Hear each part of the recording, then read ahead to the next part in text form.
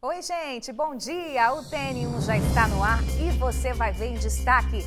Mulher é brutalmente espancada pelo companheiro na serra. O homem não respeitou nem a filha que ela segurava na hora das agressões.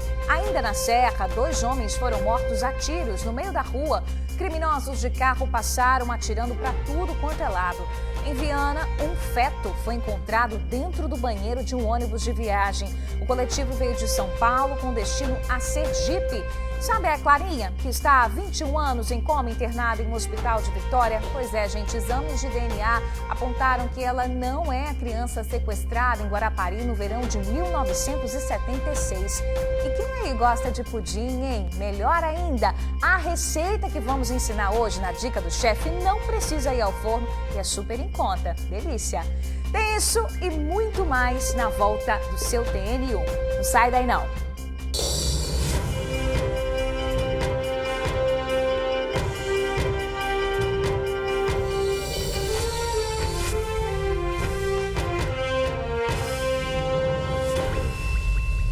Onze h 44, seu TN1 está começando agora. Um feto foi encontrado dentro de um banheiro de um ônibus de viagem. Isso aconteceu em Viana, tá? O coletivo saiu de São Paulo e ia rumo a Recife. O feto foi encontrado dentro de um ônibus desta empresa de transporte de passageiros interestadual. O ônibus saiu de Santos, interior de São Paulo, com destino a Aracaju, em Sergipe. Por volta de 3 horas da tarde desta quinta-feira, quando passava por Viana, o coletivo parou para realizar manutenção. Nós conversamos com uma funcionária da empresa que não tinha autorização para gravar a entrevista, mas ela contou que o ônibus parou aqui na sede da empresa para passar por limpeza e abastecimento. Os funcionários perceberam que o banheiro estava entupido e os passageiros seguiram viagem em um outro ônibus. Depois de muito trabalho, a placenta, o feto e uma fralda foram encontrados pelos funcionários. Ninguém da empresa conhecia a passageira que fez o aborto. Segundo a funcionária, ela também não pediu ajuda durante a viagem. A Polícia Civil foi acionada e realizou a perícia no coletivo. Agora, o Departamento de Homicídios e Proteção à Pessoa investiga o caso. A gente viu aí que o coletivo ia para Sergipe, não para Recife, tá? A Polícia Civil diz que o caso foi registrado como encontro de cadáver. O feto foi encaminhado para o Departamento Médico Legal. Não houve prisão em flagrante. Esse caso vai ser investigado pelo Distrito de Polícia de Viana. Agora a gente vai falar de um duplo homicídio que aconteceu na Serra. Quem vai trazer as informações desse caso é a repórter Suzy Faria. Suzy, bom dia para você. Bom dia, Bruna. Bom dia, amigos do TN. Olha, esse crime aconteceu ontem à noite lá em Vila Nova de Colares, onde 2 pessoas que estavam na rua foram assassinadas brutalmente. Apesar de terem sido 2, os moradores do local acreditam que o alvo seria uma delas, a vítima conhecida como Fabrício da Silva, de 37 anos de idade. Vamos acompanhar a matéria que eu fui fazer agora há pouco lá em Vila Nova de Colares e aí vocês vão conhecer mais detalhes sobre esse duplo homicídio. As 2 vítimas foram executadas no meio da rua Itaipu, em Vila Nova de Colares, na Serra. O crime aconteceu por volta das 9 horas da noite.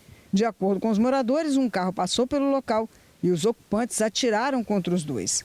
Joabe Conceição de Oliveira, de 32 anos, foi morto do lado esquerdo da rua. Fabrício da Silva, de 37, do lado direito. De acordo com alguns moradores com quem conversamos aqui na rua e não quiseram gravar a entrevista, é bem provável que o alvo dos assassinos tenha sido Fabrício, que caiu morto do outro lado da rua. É que, de acordo com o que eles falaram, Joabe era uma pessoa bem tranquila. Já Fabrício tinha a vida torta. Por isso é que eles acreditam que ele seria o alvo. Inclusive, foi quem recebeu a maior quantidade de disparos. No corpo dele, a perícia contou 16 perfurações, enquanto que Joabe, que caiu do outro lado da rua, teria sido encontrado 4 perfurações. As pessoas aqui acreditam que Joabe passou na hora errada, por isso acabou sendo atingido também. Joabe morava próximo de onde foi executado, estava perto da casa do sogro. Fabrício estava indo para casa quando foi surpreendido. De acordo com os moradores, Joabe e Fabrício eram catadores de recicláveis e se conheciam, mas não sabe se na hora estavam juntos. E Joabe costumava também fazer alguns bicos para os moradores aqui na rua. O motivo do crime ainda é desconhecido. A avó de Joabe conta que estava na igreja quando o neto estava sendo assassinado. Dentro da Bíblia, ela guardava a foto dele, do neto, que ontem passou por aqui. Ontem ele veio aqui em casa, almoçou e foi embora. E terminou de varrer a casa para mim colocar o almoço para ele. Foi isso. Essa foi a terceira morte a acontecer no bairro em menos de 24 horas. Na noite de quarta-feira, um homem não identificado também foi assassinado na região. Pois é, esse foi o caso que aconteceu essa noite lá em Vila Nova de Colares. Agora, chamando a atenção, Bruno, exatamente para esse problema. Da noite de quarta-feira para a noite de quinta-feira, 5 pessoas foram assassinadas, 3 delas na Serra, 3 delas em Vila Nova de Colares, contando com esse duplo homicídio que a gente acabou de ver. Duas sofreram tentativa, melhor dizendo, corrigindo, uma em Vila Velha e outra em Cariacica. Inclusive de Vila Velha, nós fizemos matéria ontem lá, nossa equipe foi lá, a equipe do nosso colega Matheus, e mostrou inclusive cenas de uma câmera de segurança mostrando um morador de rua que chegou numa lanchonete por ter sido esfaqueado numa briga que aconteceu ali perto. Essas imagens mostram, inclusive, ele sendo socorrido, levado pelo SAMU até o hospital. A Polícia Civil não conseguiu falar com essa vítima para saber o que tinha acontecido, o porquê da briga e por que ele foi esfaqueado. Agora, o curioso mesmo, Bruna, que eu achei, é exatamente essa coincidência de que em Vila Nova de Colares, 3 pessoas assassinadas. Uma delas, de acordo com a polícia, seria morador de rua. Foi o que acabou assassinado na quarta-feira à noite. Esses 2 não eram moradores de rua, eram catadores de recicláveis, mas tinham as casas deles que ficavam ali perto. Coincidência ou não, 3 pessoas assassinadas em Vila Nova de Colares em menos de 24 horas, todas 3 a tiros. Todos esses 3 casos envolvendo homicídios de homens ficarão sob responsabilidade da Delegacia de Crimes contra a Vida da Serra para ser investigado e saber se há ou não ligação entre eles. Bruna. A polícia tem que investigar mesmo, né? Ô Suzy, agora saindo da Serra e indo para Vitória, um homem foi espancado no Morro do Macaco. Que história é essa? Pois é, Bruna, um jovem de 18 anos de idade que foi espancado, de acordo com as informações inicialmente levantadas pela Polícia Militar, que ele próprio falou para a polícia, por traficantes do Morro do Macaco. E parece que tem até mulher envolvida nessas agressões que esse rapaz sofreu. Ele foi muito espancado, principalmente no rosto. E ele mesmo teria dito para a polícia que isso aconteceu porque ele estava devendo drogas para a galera ali do Morro do Macaco. Há suspeita que esse menino, esse rapaz de 18 anos de idade, seja morador do bairro de Andorinhas, mas isso é uma informação que a gente ainda está tentando confirmar. A informação que nós temos é que por volta das 7 horas da noite a polícia foi chamada porque haviam muitas pessoas batendo numa pessoa ali no bairro do Morro do Macaco. Quando a polícia chegou lá, encontrou esse jovem caído no chão, muito ensanguentado, principalmente no rosto. O SAMU foi chamado, prestou socorro a ele, levou para o hospital de urgência e emergência e nesse traslado aí ele chegou a comentar o motivo do crime, que seria dívidas de drogas. Logo em seguida, cerca de 2 horas depois, os moradores viveram aquilo que no bairro de Andorinhas nós já mostramos aí essa semana. Muito tiro no meio de bastante fogos também, deixando os moradores assustados com toda essa situação. Bruna. Que pena, né? Muito triste, muita violência. Suzy, obrigada aí pelas primeiras informações. Daqui a pouquinho você está de volta com mais noticiário policial. Até daqui a pouco, Suzy. Vamos seguir com o TN1, gente, porque um rapaz foi baleado em Vila Velha. Após o ataque, ele ainda saiu correndo pelas ruas pedindo ajuda. O homem está no chão agonizando depois de ser atingido por um tiro na região da boca. As imagens dessa câmera de vídeo monitoramento mostram o momento em que o rapaz sobe a rua depois de ser baleado, o momento da chegada dos policiais e da ambulância do SAMU. A tentativa de homicídio aconteceu no bairro Parque das Esmeraldas, em Vila Velha. Foi bem próximo aqui dessa árvore que o homem, identificado como Ricardo Messias da Silva, levou um tiro na boca. Daqui, ele subiu por essa rua pedindo socorro para os vizinhos. Vendo a gravidade do rapaz, os moradores chamaram a polícia e o atendimento médico. Na chegada da polícia e do SAMU, o homem estava consciente. Durante uma conversa com os policiais, o homem disse que foi abordado por 2 indivíduos em um Renault escuro e começaram a atirar na sua direção. Disse ainda que não conhecia os indivíduos que estavam no veículo e não sabe o motivo do crime. Ricardo recebeu atendimento médico ali mesmo no local e foi encaminhado para o Hospital São Lucas. Nossa equipe conversou com moradores do bairro. Eles não quiseram gravar entrevista, mas disseram que a região é muito tranquila. Foi um susto ver toda aquela movimentação. Nunca tinham visto tanto carro de polícia no bairro. De acordo com as informações da polícia, Ricardo ficou preso de 2011 a 2018 por tráfico de drogas. O crime está sendo investigado pela Divisão de Homicídios de Vila Velha e até agora nenhum suspeito foi preso. Gente, a polícia prendeu um dos suspeitos de assaltar uma loja de celulares na Serra. A gente mostrou esse caso aqui. Os criminosos renderam o comerciante e por pouco não balearam o cliente com um tiro de submetralhadora. O circuito interno de segurança registrou toda a ação. Dá para ver um dos bandidos armado rendendo o comerciante. O outro está com uma submetralhadora. Enquanto a vítima é feita refém, aparece um cliente do lado de fora. O criminoso atira para impedir que ele entre na loja. A cena é uma tentativa de homicídio. Segundo a polícia, por pouco e por sorte, o cliente não foi atingido. Ele pega, mira uma submetralhadora de fabricação caseira, possivelmente, e atira. Só que, por sorte da suposta vítima, falhou essa munição, e isso tudo corroborado pela confissão e pela declaração do criminoso preso. O vídeo continua. Os bandidos trancam o comerciante no banheiro e em seguida levam 40 aparelhos celulares em mochilas, fugindo em um carro. Mas, 2 dias depois do crime, a polícia chega até um deles. Na casa onde estava, em Felrosa, na Serra, a polícia encontrou diversos celulares. Além disso, muita cocaína, munição, uma arma falsa e uma outra de fabricação caseira. O detido, um homem de 26 anos, é o que aparece de roupa preta no vídeo, que está com a arma menor. Ele falou que cometeu o crime porque ele tinha uma dívida de droga a ser paga e, com isso, gerou um prejuízo ao estabelecimento comercial de mais de R$70 mil. A polícia acredita que esses 2 homens, o que está preso agora e o que continua foragido, possam estar envolvidos em roubos, em assaltos que foram cometidos da mesma forma. Por isso, pede que as vítimas que os reconheçam denunciem. E nós esperamos que agora, com a divulgação da prisão, da divulgação dessas imagens, outras vítimas possam aparecer e tenham coragem de ir ao departamento e fazer o seu boletim de ocorrência.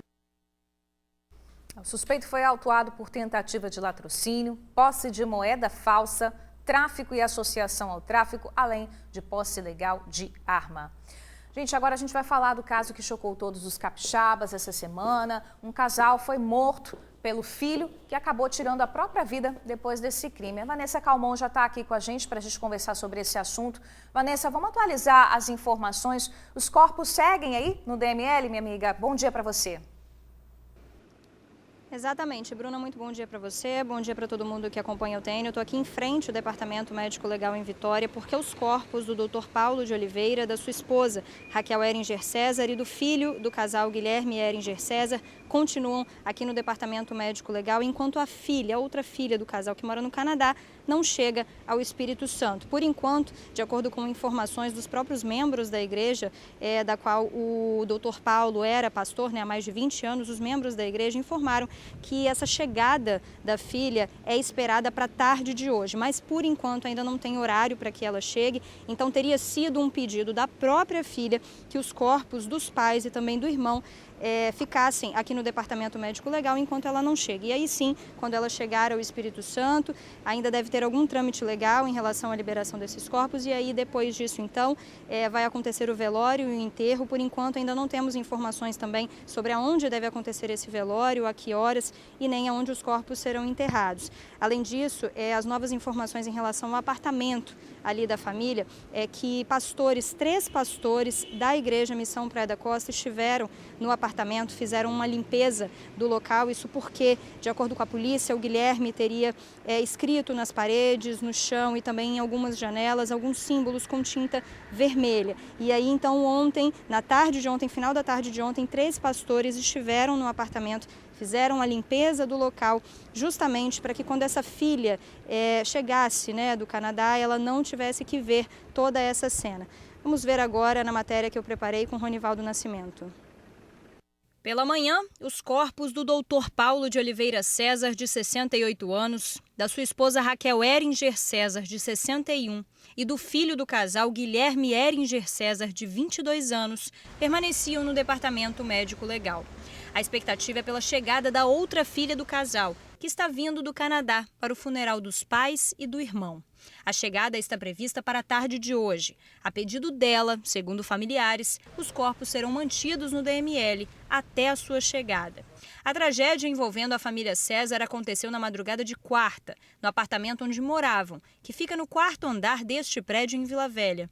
Segundo a polícia, Guilherme teria matado os pais a facadas e em seguida tirado a própria vida. As mortes envolvem um cenário macabro e cheio de mistérios. Guilherme teria pintado com tinta vermelha cruzes de cabeça para baixo nas paredes e no chão do apartamento, além de escrever números que remetem ao satanismo nas portas. Ontem, 3 pastores da Igreja Missão Praia da Costa estiveram no apartamento e fizeram a limpeza do local, para evitar que a filha visse a cena. Ainda no apartamento, os pastores fizeram orações. As investigações sobre o caso continuam. A polícia ainda busca algumas respostas, como, por exemplo, se Guilherme teria agido sozinho. Para isso, imagens das câmeras de vídeo monitoramento do prédio foram recolhidas. Além disso, 2 vizinhos e também 2 parentes do casal foram ouvidos na Divisão Especializada de Homicídios e Proteção à Mulher, que conduz as investigações sobre o caso. Os depoimentos duraram cerca de 30 minutos. O caso segue sob sigilo e outras informações não serão repassadas pela polícia enquanto não houver a conclusão do inquérito. Na igreja onde o Dr. Paulo era pastor há mais de 20 anos, amigos e membros seguem buscando forças uns nos outros para seguir em frente. O culto, que aconteceria no próximo domingo, Dia dos Pais, às 8 da noite, foi cancelado. Bom, ontem nós estivemos lá na Igreja Missão Praia da Costa, chegamos a conversar com Douglas, que é um membro ativo lá da igreja há 5 anos. Ele falou um pouquinho com a gente em relação à família, toda a vivência que a família sempre teve na igreja. Disse que o Guilherme cresceu na igreja, que o Dr. Paulo era pastor na igreja há mais de 20 anos, desde a sua fundação praticamente, que aconteceu há 25 anos. Disse que a Raquel também era membro ativa da igreja, mas hoje o escritório da igreja permaneceu fechado durante toda a manhã. Então hoje os membros da igreja não estiveram lá no local, nós não tivemos nenhuma outra informação que pudesse atualizar, principalmente essa questão da chegada da filha do Canadá, ou do velório ou do enterro. Então, outras informações, qualquer nova informação que nós tivermos durante a programação do jornal, a gente traz aqui no TN1. Bruna. Com certeza, Vanessa. Olha, você trouxe a informação de que membros da igreja foram lá até o apartamento hoje para limpar o ambiente, fazer orações também. Ontem à tarde os policiais civis tinham voltado, Vanessa, até a casa da família para pegar mais depoimentos, pegar mais as câmeras, imagens da câmera de vídeo monitoramento. Então, a princípio, esse apartamento já está liberado, Bruna, por enquanto a gente tem até uma informação de que hoje teria tido alguma movimentação lá dentro também. Eu acredito que os pastores, os próprios membros da igreja, familiares, estejam mexendo ali no apartamento justamente para tirar todo esse cenário que ficou desde a tragédia que aconteceu na madrugada de quarta-feira. Então ontem os membros da igreja estiveram lá, fizeram toda a limpeza do local, justamente para tirar toda aquela simbologia, para que a filha do casal, assim que chegasse, né, ao estado, não se deparasse com aquela cena. E além disso, então, eles estão mexendo ali no apartamento, acredito que justamente para mudar esse cenário, para que não fique nada, né, para desmistificar mesmo toda aquela cena que foi divulgada aí pelas redes sociais e também por nós da imprensa, né?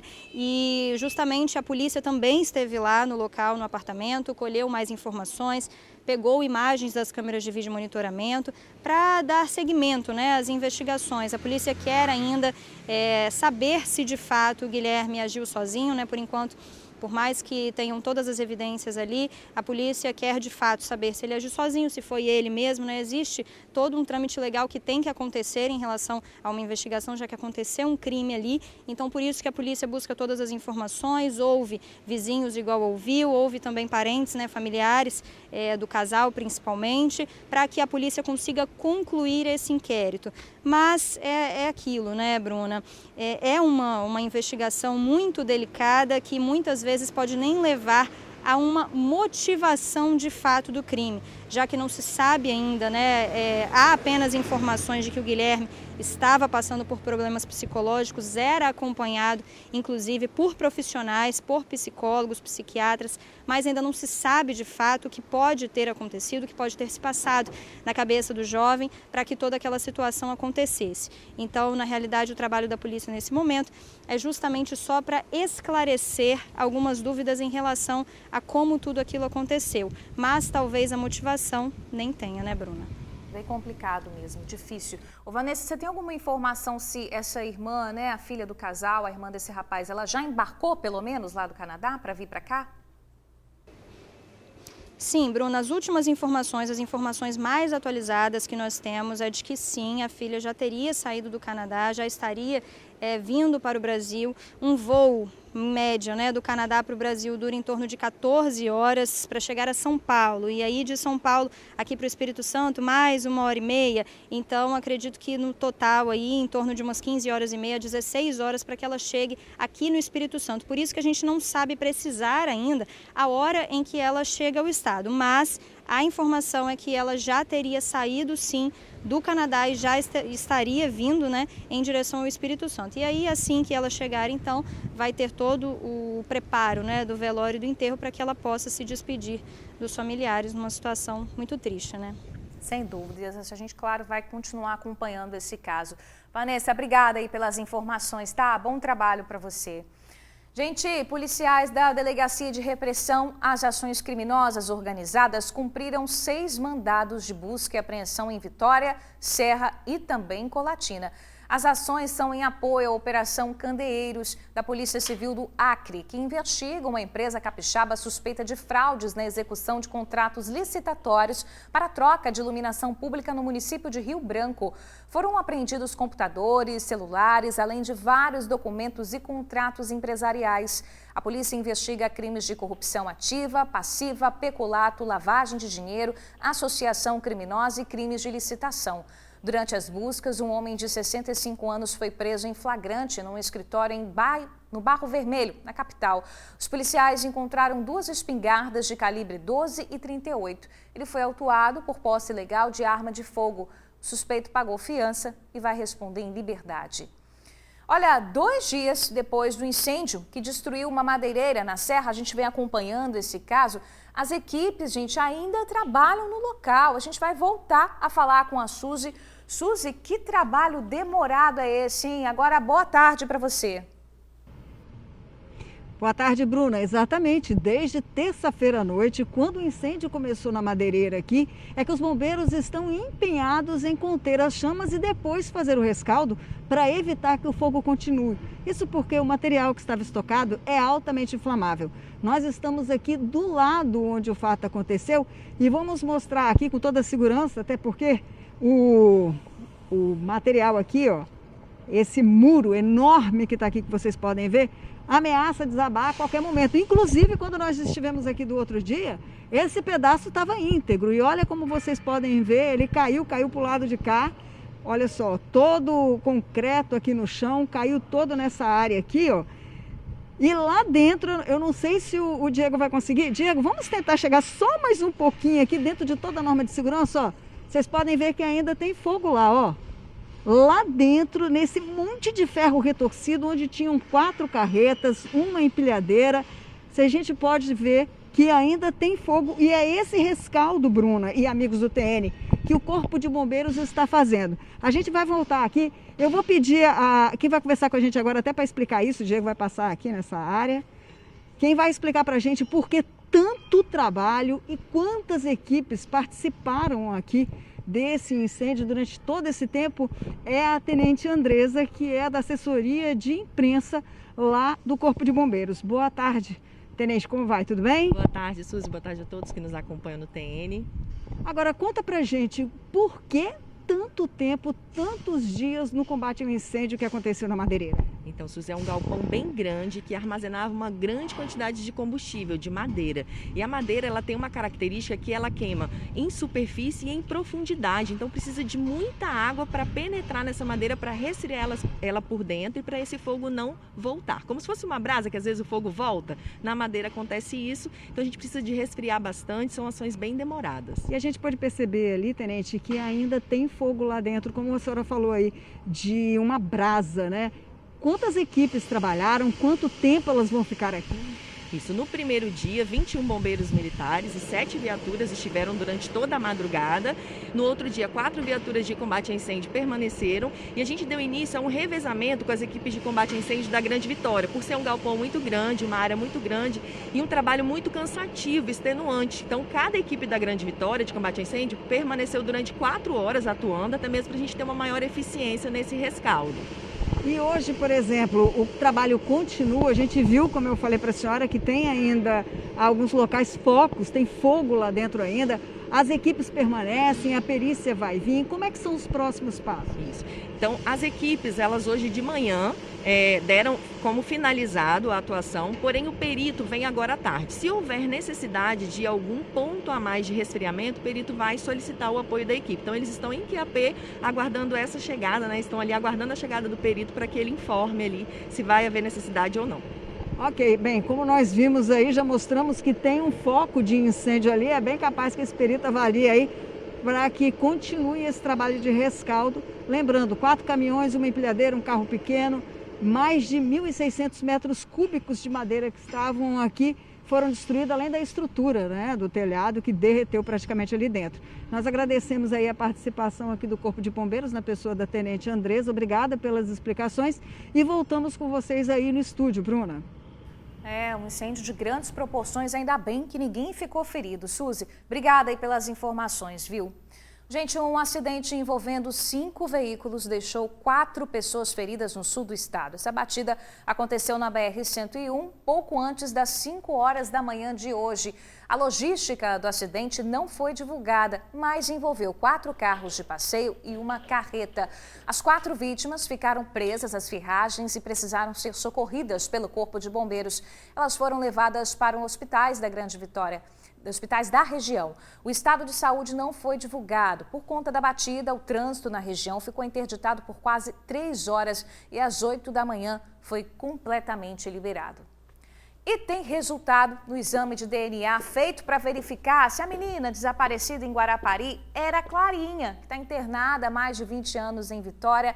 Kessia Neto já está aqui para trazer as informações para a gente. Kessia, boa tarde para você. Infelizmente, o mistério da Clarinha continua, né? Boa tarde, Bruna. Boa tarde a você, amigo do TN, que está acompanhando nosso telejornal. Pois é, infelizmente não foi desta vez que o caso Clarinha chegou aí ao fim, teve um final feliz. Os exames, realizados pela Polícia Civil Mineira apontam que Clarinha não é a criança que foi sequestrada lá em Guarapari no ano de 1976. As amostras biológicas dos pais da menina e de Clarinha foram confrontadas e não houve nenhuma compatibilidade entre elas. Portanto, há essa exclusão de maternidade e de paternidade. Uma pena, né?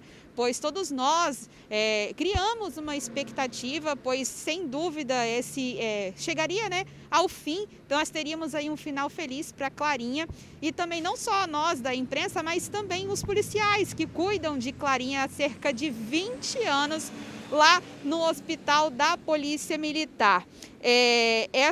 A Clarinha está há 20 anos no hospital e ela imaginava-se, né, presumia-se que Clarinha fosse essa criança que foi sequestrada lá em Guarapari. Mas, infelizmente, não vai chegar ao fim este caso. Este é um caso que intriga não só a gente, mas também como a Polícia Mineira agora, né, que participou aí, tentou ajudar de alguma forma para que este caso tivesse um final feliz, Bruna.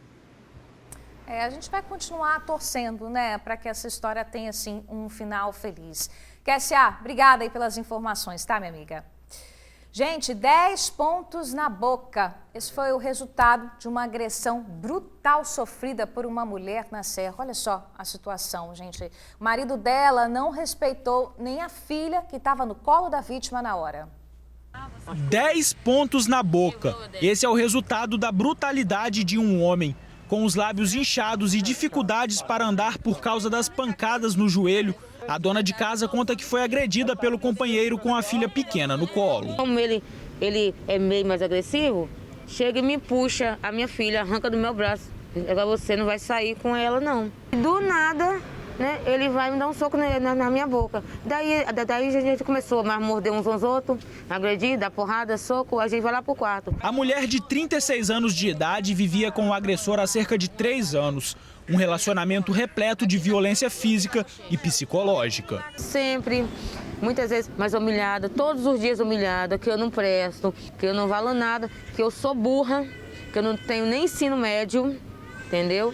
Que eu tenho que voltar a estudar porque eu não presto para nada. As últimas agressões aconteceram na madrugada desta quinta-feira. A vítima mora no bairro Pitanga, na Serra. Após ser espancada pelo companheiro, ela correu e pediu ajuda. A polícia militar foi acionada e demorou cerca de 30 minutos para chegar ao local. Nesse tempo, o suspeito fugiu. Tenho medo dele chegar um dia e pegar e me matar, porque ele já me ameaça. A vítima foi levada ao UPA de Serra Sede, onde recebeu os pontos na boca e foi medicada. Durante o dia, ela procurou a delegacia da Mulher da Serra e registrou o boletim de ocorrência. O suspeito ainda não foi detido e a vítima teme pela vida. Agora é só o quê? Mas é pegar minhas coisas, os meus filhos, sair do bairro, né? Mas alugar uma casa fora e tentar viver com meus filhos tranquilo, entendeu? Construir a minha vida, porque não dá. Todos os dias é uma discussão, todos os dias é uma briga. Briga por causa de um pingo d'água. Eu quero é viver, entendeu? Dá um basta. Que covardia com a criança no colo, hein, gente? Um absurdo.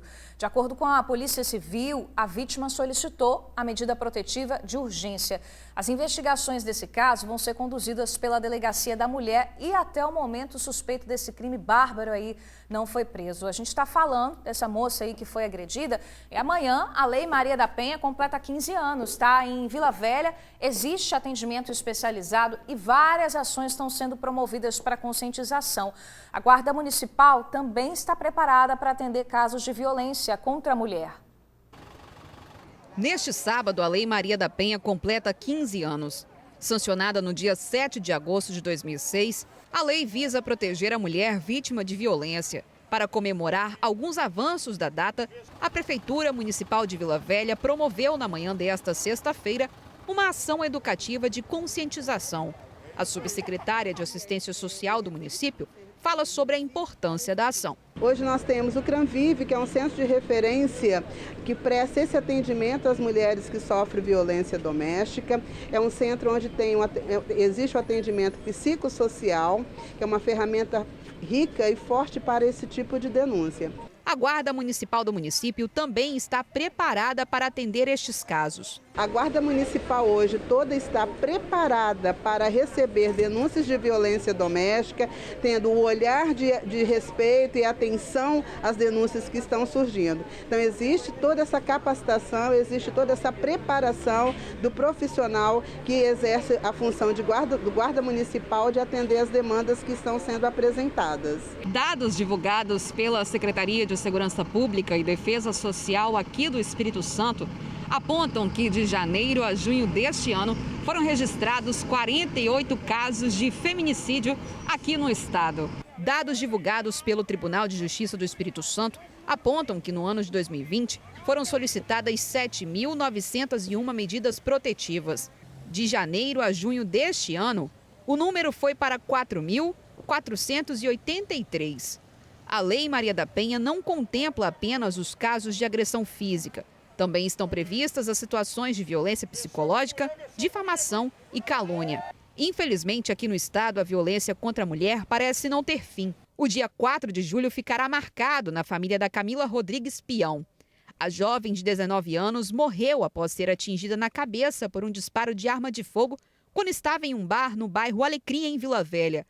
O pai da jovem relembra o pior dia de sua vida. Foi terrível, entendeu? Eu tava dormindo, isso era umas 3 horas da manhã, entendeu? Eu assustei me chamando, uns colegas, falando que minha filha tinha tomado um tiro. É tudo minha vida. O principal suspeito do crime é o namorado da vítima, Stanley Santos Reis, que está foragido. O pai de Camila fala da situação da família e clama por uma resposta das autoridades. Tem que ter uma resposta, né? Porque ela não volta mais, né? E ele tá solto aí, ó, entendeu? Triste demais. Se você souber de algum caso de violência contra a mulher, por favor, ligue para o Disque Denúncia 181.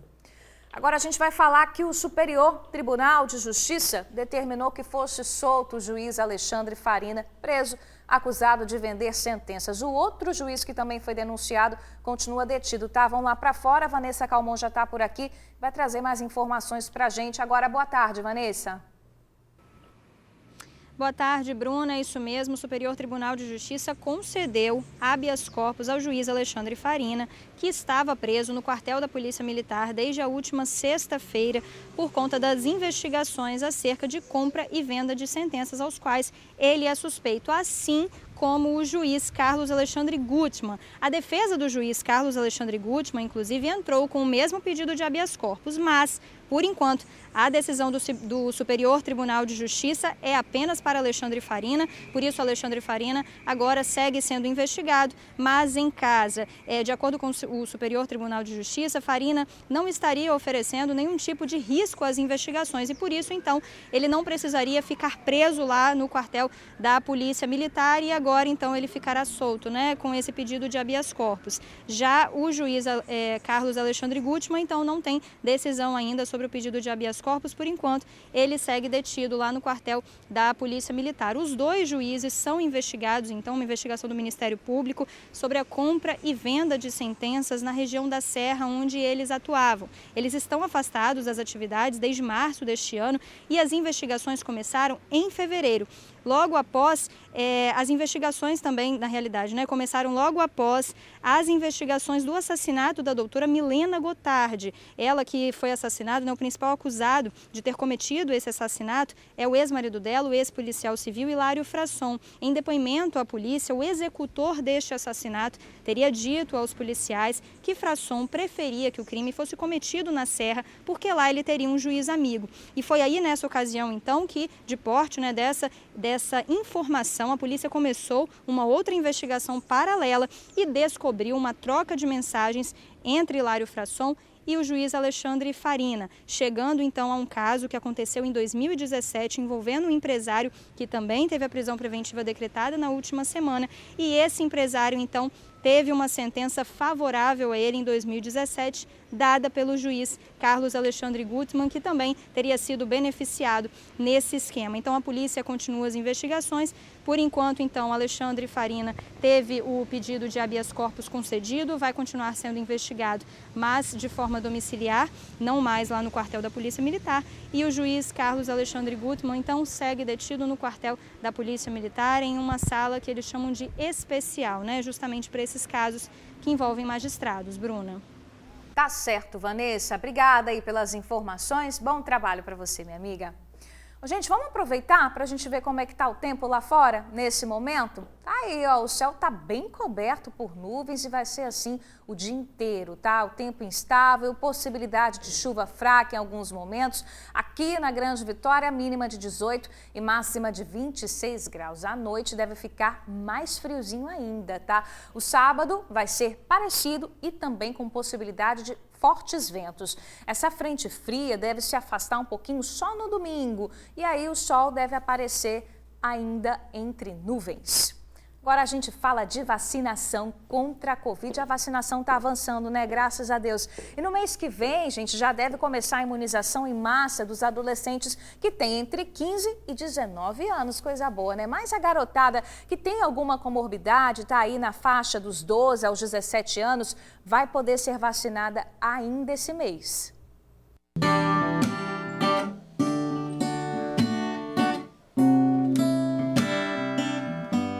Esse é o som da felicidade que ecoa pela casa do Bernardo. Pelas notas musicais, o adolescente consegue expressar o sentimento de retornar a fazer as coisas que antes eram simples e tanto ama. Rever os amigos na escola, aula presencial, treino de judô e tocar na banda da Polícia Militar. Foi bastante legal, eu curti muito.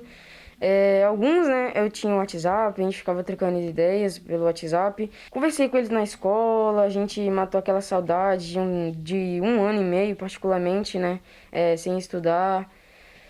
Fiquei bastante feliz naquele momento lá. A Luciana e o Rony são pais do Bernardo e precisaram assinar um termo de compromisso ao liberar o estudante para frequentar as aulas presenciais.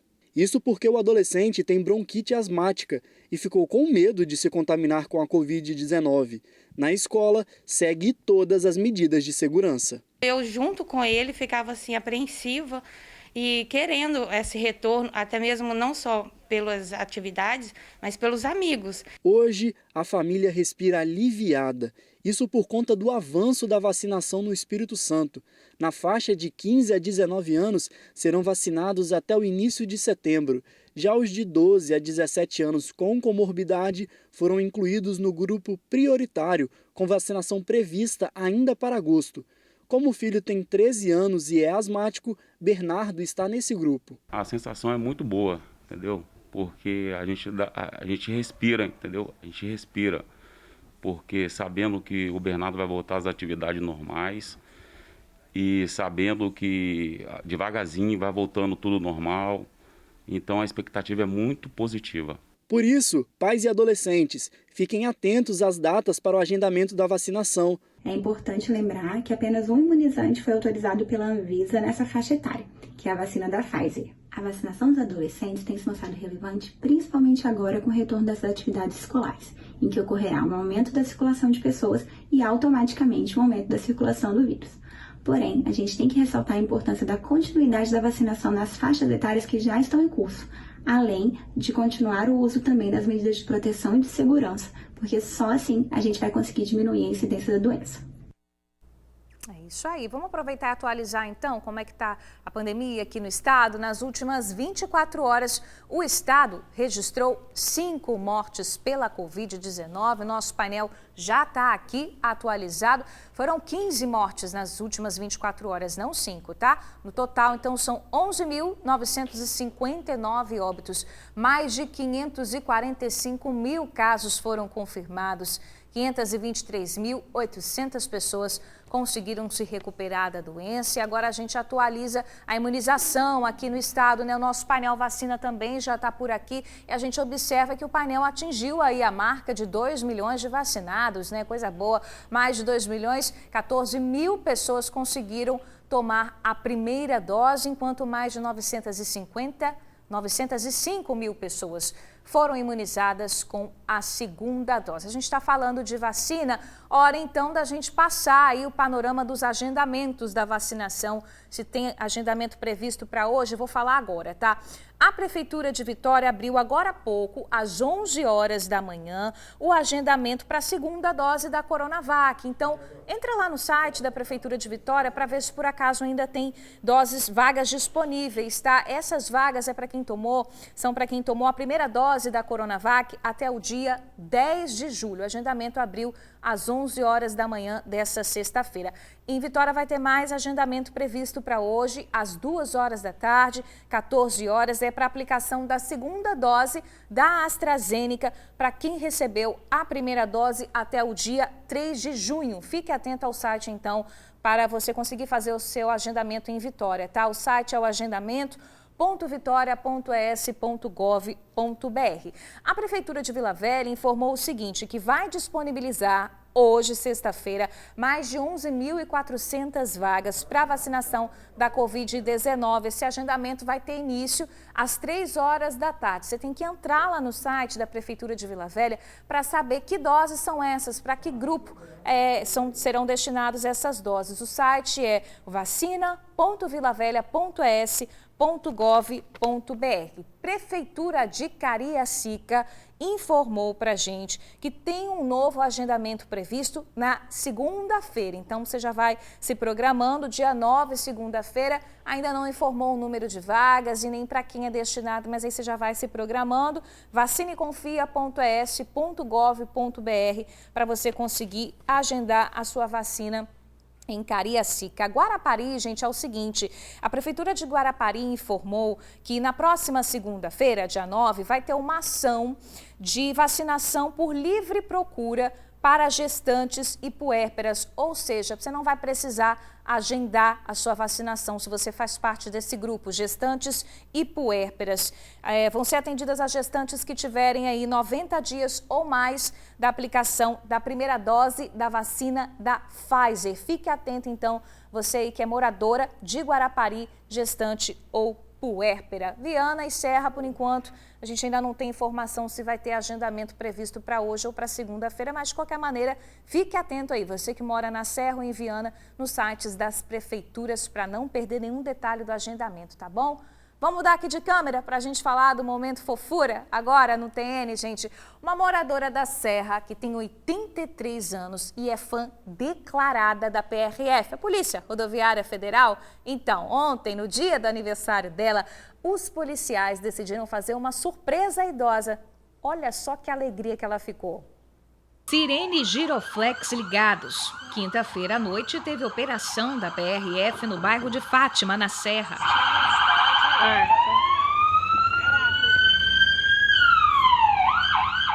Mas foi uma operação bem diferente. Na verdade, uma surpresa à dona Heleninha, de 83 anos. Ela é super fã da PRF e, sabendo disso, os policiais decidiram ir até ela fazer uma surpresa de aniversário. E olha só a alegria da idosa.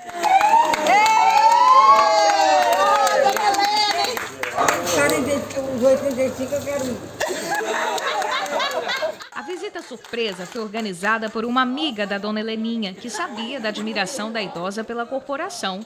Teve bolo e, claro, parabéns.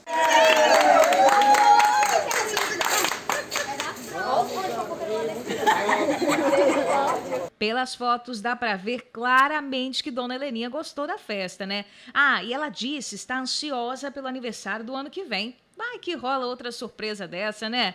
Parabéns, dona Heleninha. A senhora merece o melhor sempre. Que bacana, né, gente? Que alegria. Vamos aproveitar para a gente ver o que foi destaque no Jornal A Tribuna de hoje. Roda aí.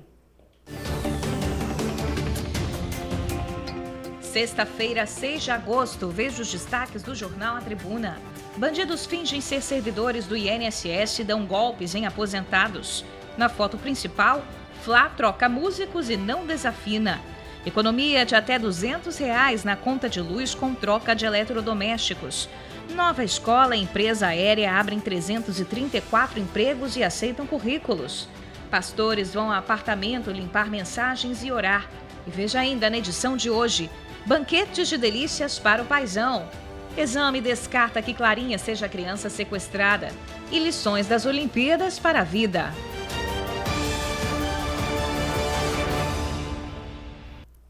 Vamos para uma pausa rapidinho e a seguir você vai ver uma receita para ninguém botar defeito, tá? Tem pudim de liquidificador que não vai ao forno, bem prático e o melhor, tá? Sem gastar muito para fazer essa delícia aí que você tá vendo. Vai perder? Vai nada, a gente volta rapidinho. Estamos de volta já em ritmo de sobremesa e de almoço de sexta-feira, tá? Um pudim de liquidificador que não precisa ir ao forno. Olha ele ali no LED, delícia, né? Você gostou dessa ideia? Praticidade, né? Essa é a nossa dica do chefe de hoje. E o melhor, tá? Gastando bem pouquinho, só R$10.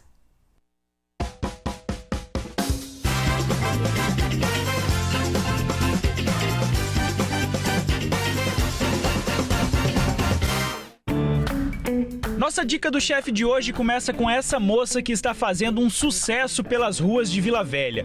Lorena da Silva Ferreira, 23 anos, está conquistando todo mundo pela simpatia e pelo paladar.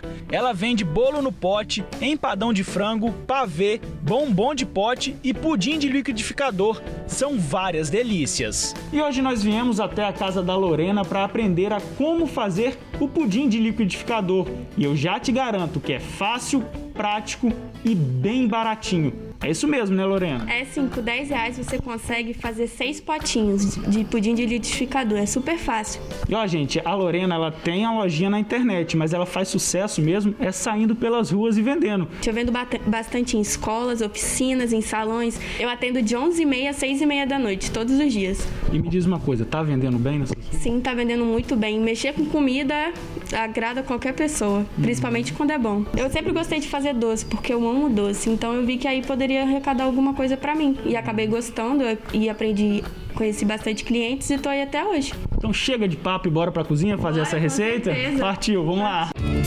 O pudim leva apenas 6 ingredientes: uma caixinha de leite condensado, uma caixinha de creme de leite, 3 colheres de açúcar, 200 ml de leite, 100 ml de água e um saquinho de gelatina sem sabor. Primeiro, coloque o açúcar em uma panela e mexa até derreter, formando a calda. Adicione a água para deixar mais consistente. O segundo passo é no liquidificador. Coloque o leite condensado, o creme de leite, o leite, 2 colheres de calda e a gelatina já preparada. Só tenha cuidado porque a gelatina não pode estar quente, viu? Depois é hora de bater tudo por 10 minutos. Para finalizar, coloque a calda no potinho, adicione a mistura que foi feita no liquidificador e leve à geladeira por 2 horas.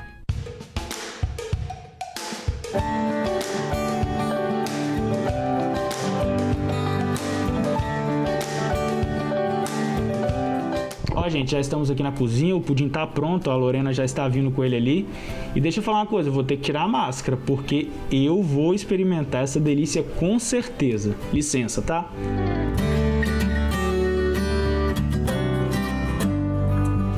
Maravilhoso. Falando até de boca cheia. Aprovadíssimo. Lorena, uma maravilha. Obrigada.